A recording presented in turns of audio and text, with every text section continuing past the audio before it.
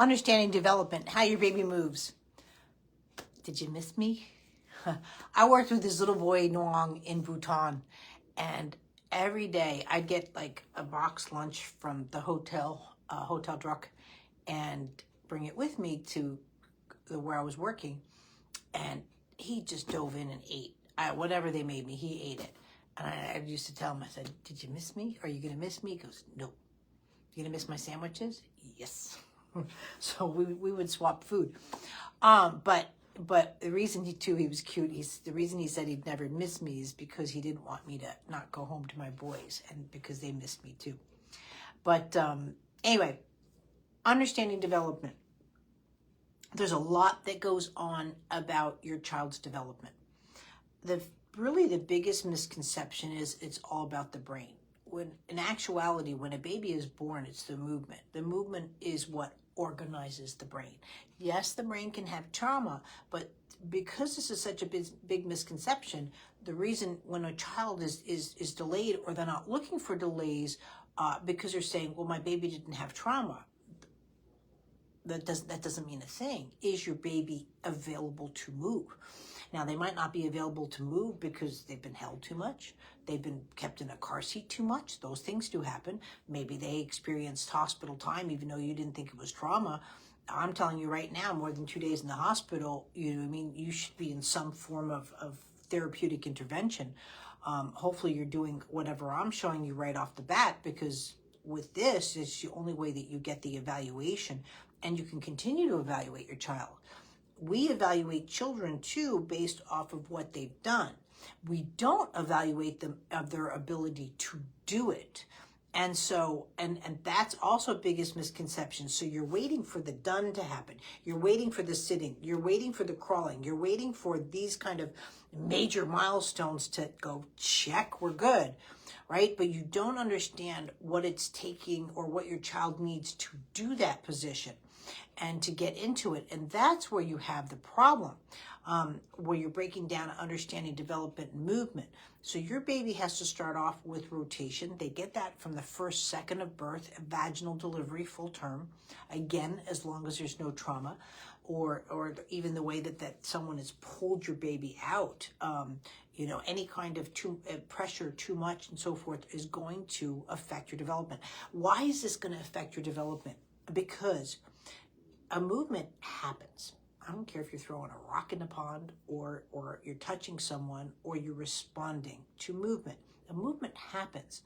But when you have to do a movement, you can either go into a progressive movement as a baby or a regressive movement, right? So any movement that a child can't do, meaning just respond, because there's no bad movement for baby. There's no good movement. There's no bad. There's no good touch. There's no bad touch, right? These kind of analyses don't happen in their system yet.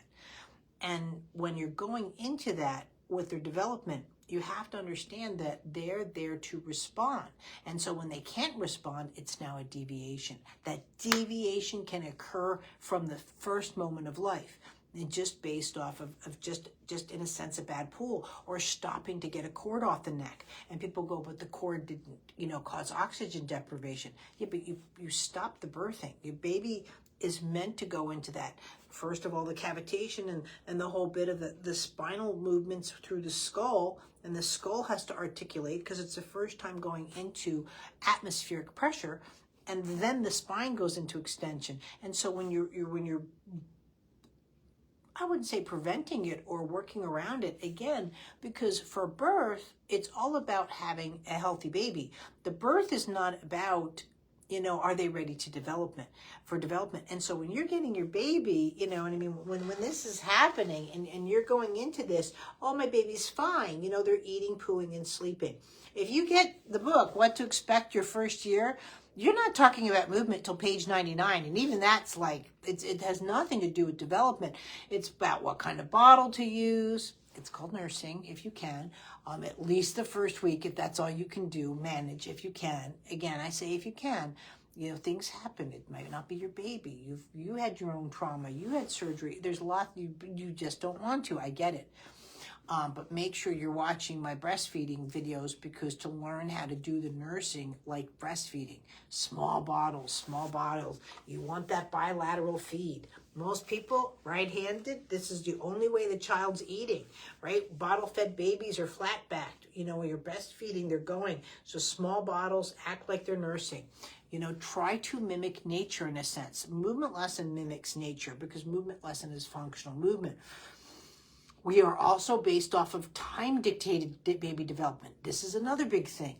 If you're already saying stuff like, my baby hates tummy time, my baby has reflux, my baby can't do it. Guys, again, there's no bad movement, no bad touch. If they're unable to present, we got a big deviation going. And then on top of that, the government blessed us with the CDC, the Center for Disease Control, and they've put out for what development is. Well, they've taken out half the milestones, and not only that, delayed it. So if you think you're a little bit behind the CDC is already a developmentally delayed baby, right? And now, you're risking, if you're just a little bit behind, then you could actually have a globally delayed child, and you think you're just a little bit off. And I have to take a moment. Hi, Rashini. How are you? How is everybody? I know you're still in India. I hope you're having a wonderful time with your family. I miss you. I miss you guys. And we'll see you soon, though. Anyway, sorry. I have a lot of good friends around the world, and I actually didn't say hi to Cynthia. And, okay, I'm going to show my age. There used to be this show called Romper Room. And you'd get this mirror, and they'd go through the mirror, and they're like, I see Michelle. And when they said, like, your name, you just thought, like, oh, my God, they can see you. But I can see you. But so I haven't said, Christina, I didn't say good morning to. I apologize. But anyway, so when you're working with development, it's these key movements that happen because we want progressive. Right? We don't want reactive parenting. We want, proactive parenting, and understanding that development. So we're going into 24 with full-on development. Every month I'm covering development. If you don't have the calendar yet, get it, because like tummy time, first month will be good tummy time, bad tummy time, 2 webinars, and so on and so forth going into, because yes, in the first month of life, actually the first hours of life, your baby's just born, and you're going into a tummy time, and that's the way it should be. The tummy time is not about the head lift. There's a lot more things that happen in tummy time, and that's another thing too. That here we look at the quality of the movement, not just are they doing it, or close call. Close doesn't count. 2 out of 3. No, not in baby world. We cannot, and we need to stop taking adult-based processes and putting them on infant babies. It just doesn't work that way. And so you're not seeing the deviations that they're happening. I'm not trying to be like, all babies aren't developing, but 1/3 of our babies are special needs. There's right now, statistics, if you look it up, they say there's over 200 million children out there with special needs. 200 million. We've got 8,000 people in this group. This group should have 160,000 people in this group, because they should be learning. Doctors should be here. OTs and PTs should be here. They should be learning about development. Yeah, you're here to learn a modality. I get that. But you're here to learn what's best for your child. And what's best for your child is movement. It's the greatest gift you can give your child. So understanding the cores of movement, right? We cannot I just see this all the time, of your baby should be using muscles.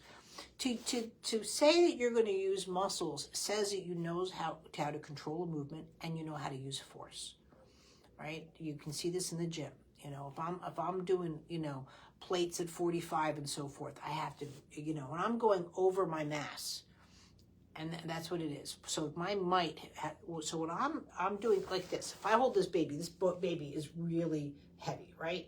I can't hold this baby forever. Now I can hold it for a long time, but this baby is really heavy. At some point, the mass of this child will succumb to gravity, more so than I will, right? And that's the measurement I'm looking for. That's one of the papers I'm working on right now for the Prague presentation.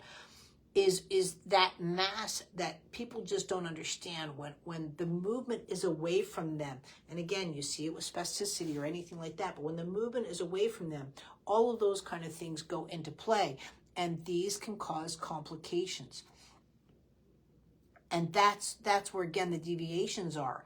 And I've heard, again, horrible things like recently, for the last 6 weeks, my baby's been sleeping in a car seat because that's what the PT said to do. And I'm just like, what? You know what I mean? Like, your physical therapy is making your child more delayed. And it's really hard to get past or understand or wade through of what is correct development.